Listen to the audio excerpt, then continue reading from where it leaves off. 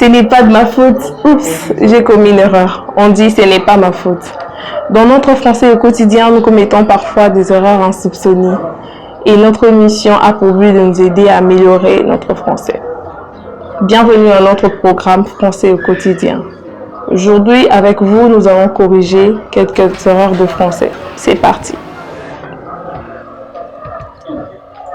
Après qu'il est parti et non après qu'il soit parti. Il n'est pas correct d'employer le subjonctif derrière après que. Seul l'indicatif qui convient.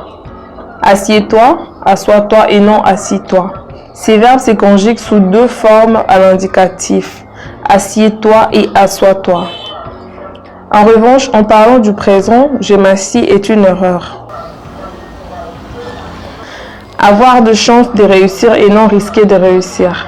Le verbe risquer a une connotation négative, alors il ne peut qu'être utilisé lorsque la conséquence est mauvaise ou fatale. Exemple, à force de toucher à tout, tu risques de tout perdre. Il risque de perdre tout son argent. Ça va mal finir et non ça va mal se finir. Il n'est pas important de mettre le verbe finir à la forme pronominale, très rarement utilisé. En revanche, on dira ça va mal se terminer. Ce n'est pas ma faute et non ce n'est pas de ma faute.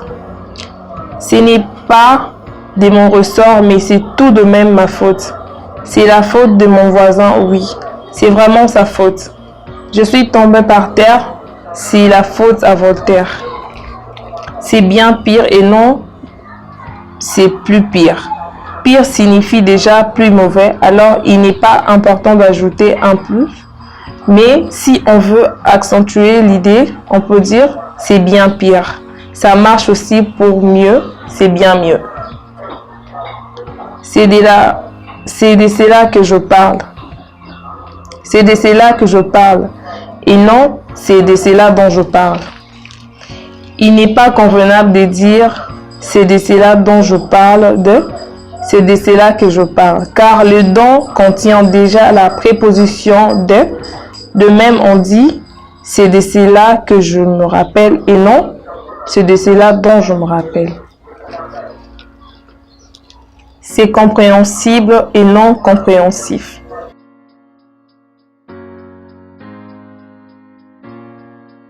Compréhensible signifie qui est apte à comprendre quelqu'un. Il est synonyme de tolérant, indulgent, bienveillant. Mais quand on parle de quelque chose qu'on peut facilement comprendre, il convient alors d'utiliser l'adjectif compréhensible, c'est-à-dire qui peut être compris ou que l'on peut facilement expliquer. De manière que et non de manière à ce que. Il faut rester simple. Faites bien votre travail de manière que vous soyez récompensé. Elle s'est fait une entorse et non elle s'est faite une entorse.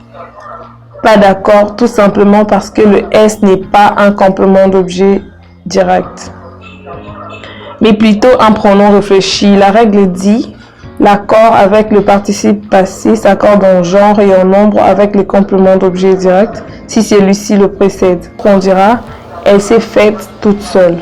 Dans ce cas, le S est complément d'objet direct. En revanche et non par contre. L'expression par contre est à éviter. Elle est la juxtaposée de deux mots, par et contre, dont les sens sont incompatibles. Il est préférable de la remplacer par en revanche.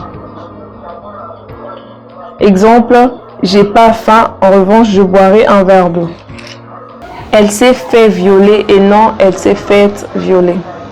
Dans ces cas, les participes passés faits restent invariables parce qu'il est suivi d'un verbe. Elles se sont fait prendre la main dans le sac. Entre deux possibilités et non entre deux alternatives. Une alternative est un choix entre deux possibilités et non entre deux alternatives. Une alternative est un choix que l'on fait entre deux possibilités, deux options.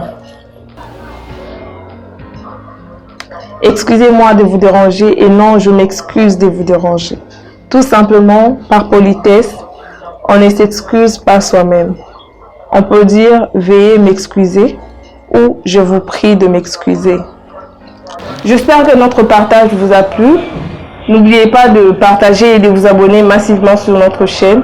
D'ici là, portez-vous bien.